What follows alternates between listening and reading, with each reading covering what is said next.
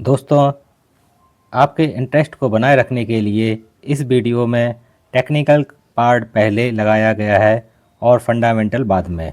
यदि आपको technical part अच्छा लगे और आप फंडामेंटल जानना चाहते हो तो वीडियो को अंत तक ज़रूर देखें। दोस्तों, स्वागत करता हूं एक बार फिर से अपनी नई वीडियो में।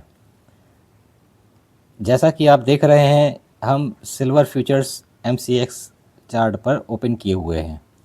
ट्रेडिंग व्यू साइट पर यह चल रही है और इसमें हम आपको ये बता रहे हैं कि सिल्वर अभी कैसा मोमेंटम पकड़े हुए है।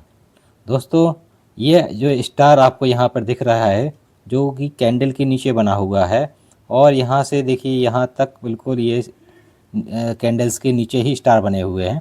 यह दर्शाता है कि अभी सिल्वर अप ट्रेंड में है।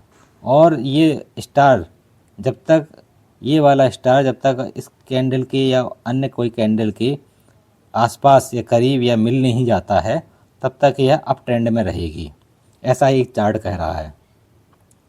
इसकी अगर आपको बैक टेस्टिंग करना है तो हम इसको आपको पीछे चार्ट में पीछे लेकर चलते हैं। यहाँ पर देखिए दोस्तों, आप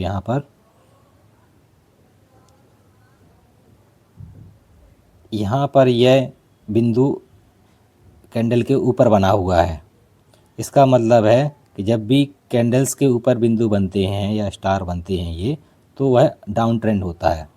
यहाँ यह स्टार कैंडल के ऊपर बना और यहाँ पर जाके ख़त्म हुआ, यानी कि यहाँ पर यह डाउन ट्रेंड ख़त्म हो गया और पहला बिंदु यहाँ पर बन गया। यहाँ से अप ट्रेंड चालू होगा। यह कौन सी तारीख थी? यह तारीख आपको हम बता रहे हैं, यह थी तारीख वेडनेसडे 12 नवंबर 2025। 2025 से 12 नवंबर 2025 से सिल्वर का अप ट्रेंड चालू हुआ और यह मोमेंटम अभी तक बना हुआ है। देखिए दोस्तों, और पीछे लेकर चलते हैं इसको। यहाँ पे देखिए, ये हम और चार थोड़ा सा एक्सटेंड करना चाहेंगे। ये देखिए, पिछले इसके पहले जो इस बिंदु पर देखिए, यहाँ से मोमेंटम चालू हुआ था अप ट्रेंड का, यहाँ जाके ये ख़त्म हुआ। ये कौन सी तारीख थी, देख रहे हैं इसको? यह 6 अगस्त 2025 को यह अप ट्रेंड चालू हुआ था।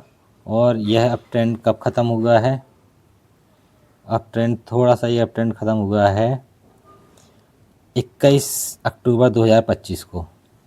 21 अक्टूबर 2025 को यह अप ट्रेंड ख़त्म हुआ है। इसके बाद थोड़े दिन डाउन ट्रेंड चला, उसके बाद फिर अप मूवमेंट पकड़ लिया गया था।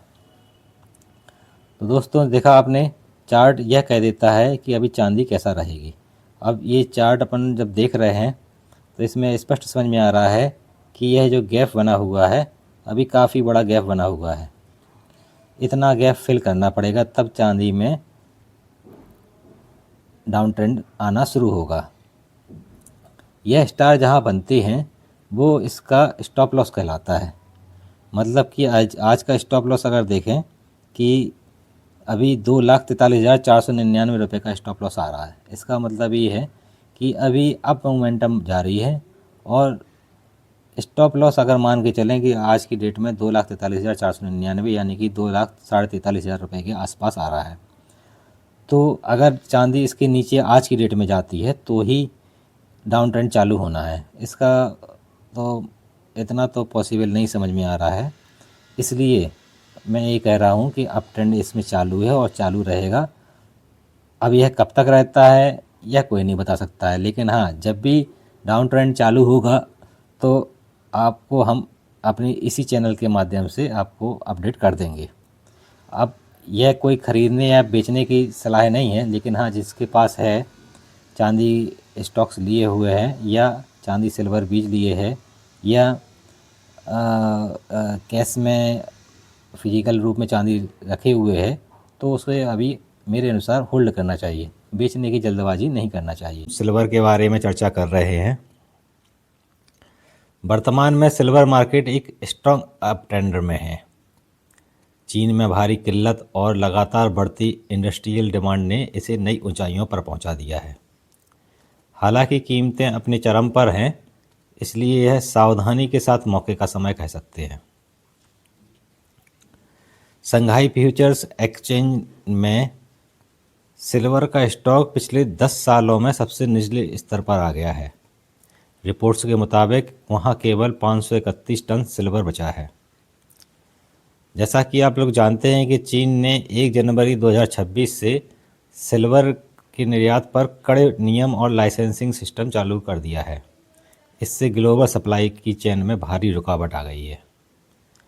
चीन के व्यापारी और इंडस्ट्रियल प्लेयर्स सप्लाई कम होने के डर से भारी मात्रा में सिल्वर खरीद रहे हैं, क्योंकि दोस्तों आप लोग जानते हैं कि चीन इंडस्ट्रियल का हब है।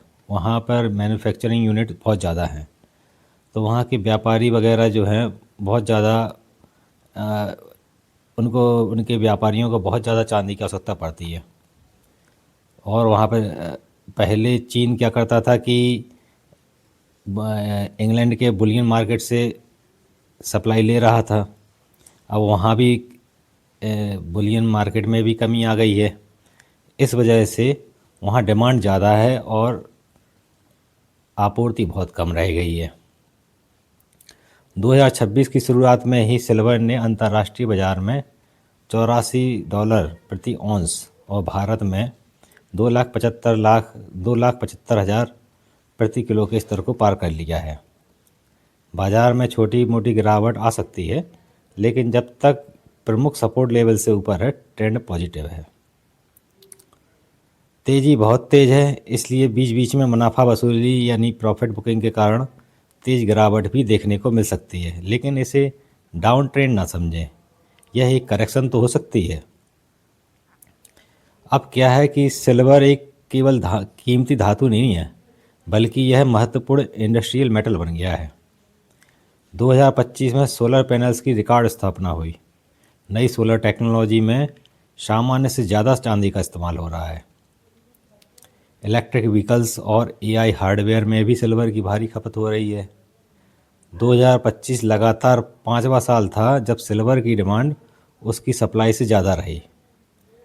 ब्रोकेज और विश्लेषकों का मानना है, जैसे कि मोतीलाल ओसवाल ने कहा है, कि 2026 में सिल्वर की चमक और बढ़ सकती है और उन्होंने जो लक्ष्य दिया है वो है 3,20,000 तक। मोतीलाल ओसवाल ब्रोकेज फर्म का कहना है कि वर्ष 2026 में चांदी 3,20,000 तक जा सकती है। कीमतें पहले ही बहुत बढ़ चुकी हैं। अगर ग्लोबल इकोनॉमी सुस्त पड़ती है तो इंडस्ट्रियल डिमांड पर असर पड़ सकता है।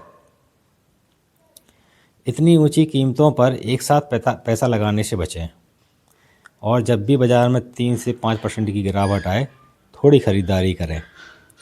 आप चाहें तो SIP या सिल्वर ETF या म्यूचुअल फंड के माध्यम से आप धीरे धीरे निवेश कर सकते हैं।